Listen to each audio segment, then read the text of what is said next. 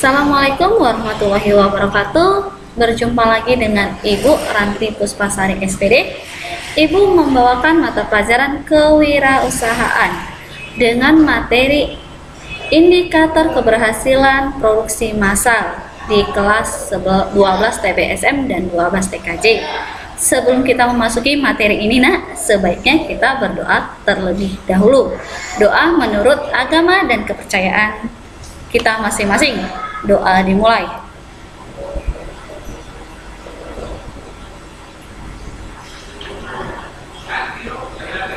Doa selesai. Sebelum kita memasuki materi ini, sebaiknya kita harus mengetahui kompetensi dasarnya. Kompetensi dasar yang pertama adalah 3.11. Menentukan indikator keberhasilan tahapan proses produksi. Dan yang kedua, 4.11. Membuat indikator keberhasilan tahapan proses produksi. Tujuan pembelajaran. Peserta didik dapat menjelaskan indikator keberhasilan proses produksi massal. Indikator keberhasilan produksi massal adalah kegiatan manajemen produksi untuk mengetahui derajat keberhasilan dalam melaksanakan strategi perencanaan produksi yang sudah disusun. Kita perlu melakukan produktivitas secara efisiensi dan efektivitas. Jadi, kalau kita ingin keberhasilan dalam suatu produksi tersebut, kita harus melakukan namanya produktivitas secara efisien dan efektivitas. Apa itu produktivitas? Produktivitas adalah perhitungan produktivitas dalam berwirausahaan. Produktivitas diartikan sebagai perbandingan antara volume keluar dan volume masukan. Dengan kata lain, produktivitas diukur dari tingkat efisiensi produk masukan seperti tenaga kerja dan modal. Oke, selanjutnya dimensi keberhasilan produktivitas. Terdapat 6 faktor utama yang menentukan produktivitas tenaga kerja, yaitu dimensi sikap kerja. Kenapa adanya dimensi sikap kerja? Dioperasikan menjadi 3 indikator penelitian yang terdiri dari indikator sikap dalam melayani, dan yang kedua sikap dalam mengerjakan pekerjaan, dan yang ketiga sikap melakukan inisiatif kerja. Jadi kalau dalam suatu usaha kita itu harus memiliki namanya sikap kerja. Itu yang harus diperhatikan dalam membuka suatu bisnis usaha. Dan yang kedua, dimensi tingkat keterampilan. Dimensi tingkat keterampilan ini dioperasikan menjadi 3 indikator penelitian yang terdiri dari indikator keterampilan pencapaian tujuan, program, mengevaluasi pencapaian program. Jadi itu harus diperhatikan. Kenapa?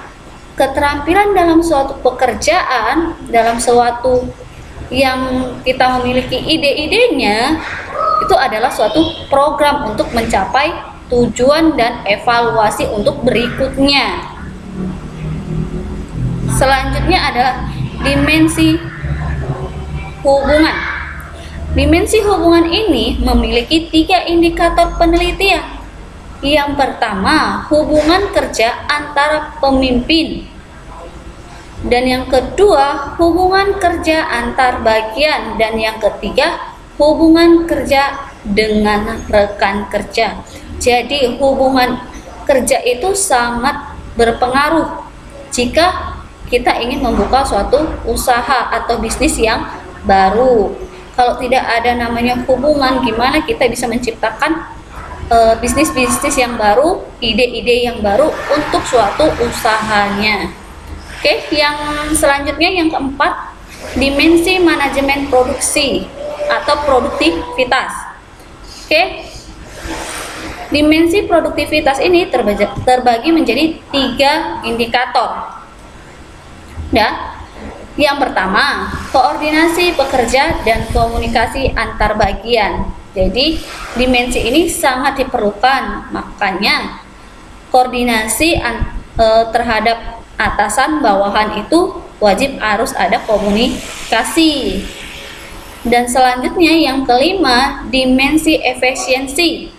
Dimensi efisiensi ini dapat dioperasikan menjadi 3 indikator penelitian yang terdiri dari indikator jumlah tenaga kerja, pemanfaatan tenaga kerja, pemanfaatan waktu tenaga kerja.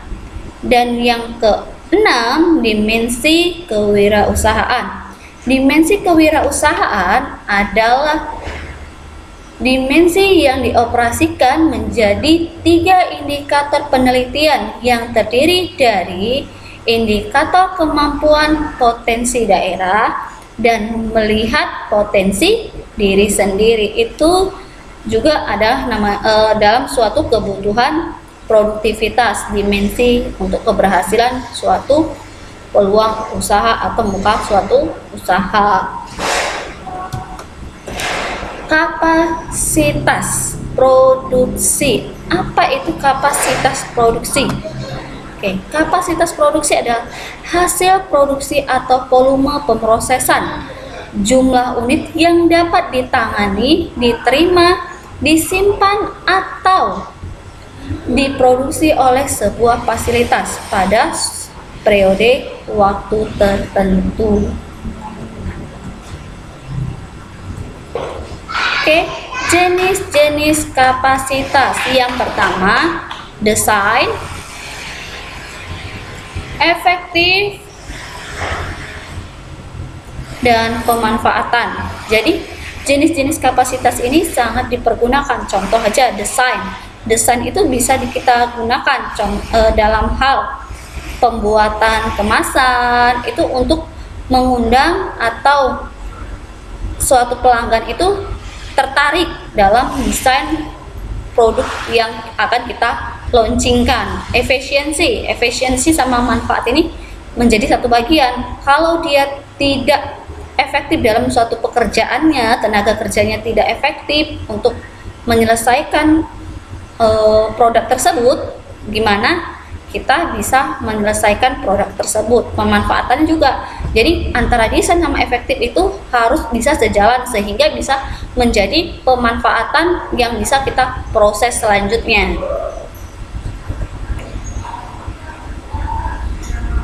Dan yang selanjutnya ini mengelola permintaan. Yang pertama, jika permintaan melebihi kapasitas. Yang kedua, jika kapasitas melebihi permintaan. Dan yang ketiga, penyesuaian pada permintaan. Jika permintaan melebihi kapasitas ini berarti kapasitas yang kita miliki itu melebihi untuk produksi, maka itu harus kita lakukan karena itu adalah permintaan dari konsumen. Dan yang kedua, jika kapasitas melebihi permintaan, maka kapasitas tersebut kita kurangkan sesuai dengan permintaan. Dan yang ketiga, penyesuaian data permintaan. Jadi data permintaan yang diminta oleh konsumen itu harus kita sesuaikan, dibuatlah sebuah laporan atau bagian dokumennya. Oke, sekian materi yang sudah Ibu sampaikan, Nak. Semoga bermanfaat untuk kamu. Jangan lupa tugas-tugas kamu selesaikan di rumah sebaik mungkin dan jaga kesehatanmu agar kita bisa berjumpa kembali. Sebelum Ibu akhiri, sebaiknya kita berdoa terlebih dahulu. Berdoa. menurut agama dan kepercayaan kita masing-masing. Berdoa dimulai.